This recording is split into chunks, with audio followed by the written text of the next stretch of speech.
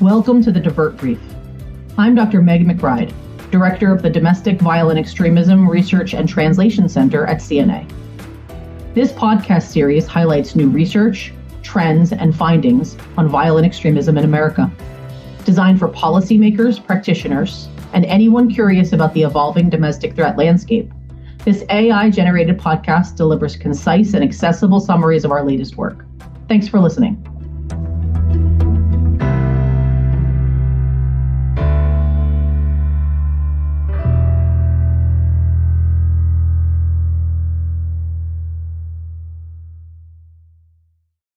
In today's episode, we'll be exploring key insights from our report, Affiliation Instead of Loneness, Rethinking the Lone Wolf Typology. Let's dive in. So today we're tackling a term that shows up everywhere in conversations about domestic terrorism, the lone wolf. And the core argument of this report is pretty straightforward, but also pretty disruptive. Right. The key takeaway is that the idea of a truly lone attacker doesn't match reality for many recent cases.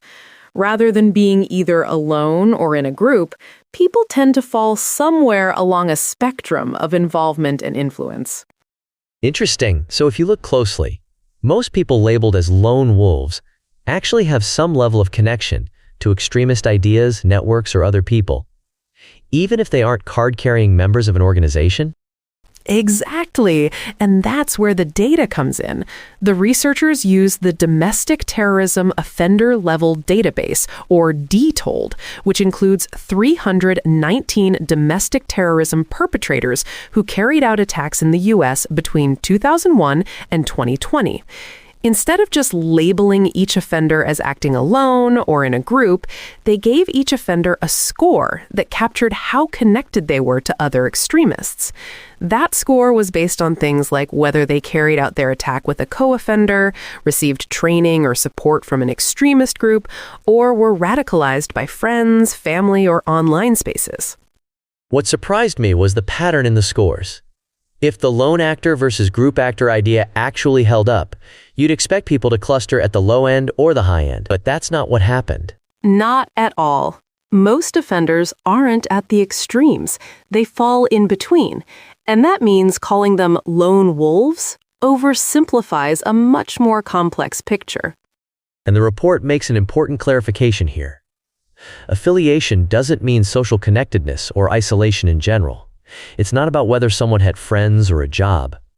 It's specifically about connectedness to extremist people, ideas, or networks during radicalization and mobilization to violence. The case examples really drive that home. Take the 2014 Isla Vista shooter.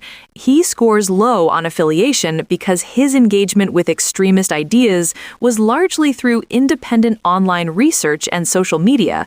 Compare that to a 2020 Boogaloo-related shooter in California who carried out his attack with a co-offender and had militia involvement, direct contact with extremist groups, and even training.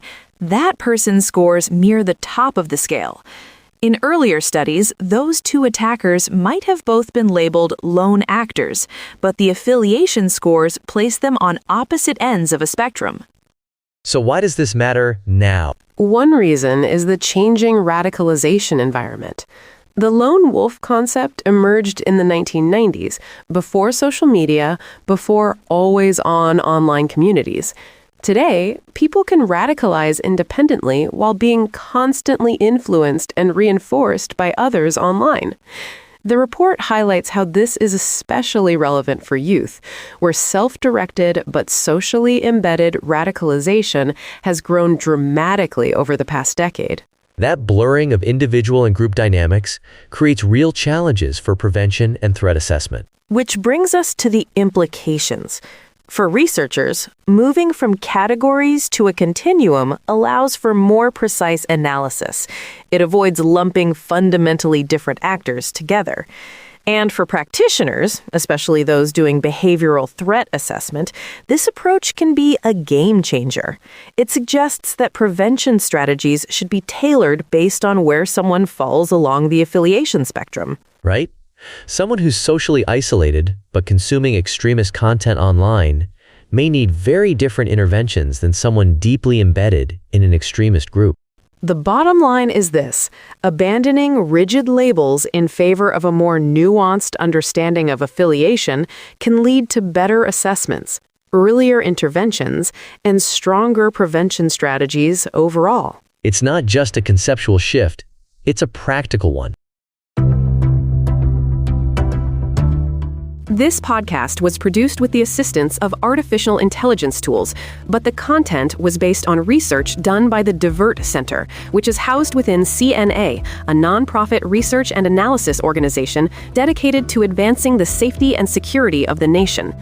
Data collection and analysis for the research brief on which this podcast is based was supported by the National Institute of Justice, Office of Justice Programs, U.S. Department of Justice under award number 15NIJ21GG02233DOMR. Adaptation of this research for the DVERT Brief was supported by the National Institute of Justice under award number 15PNIJ-24GK00750DOMR.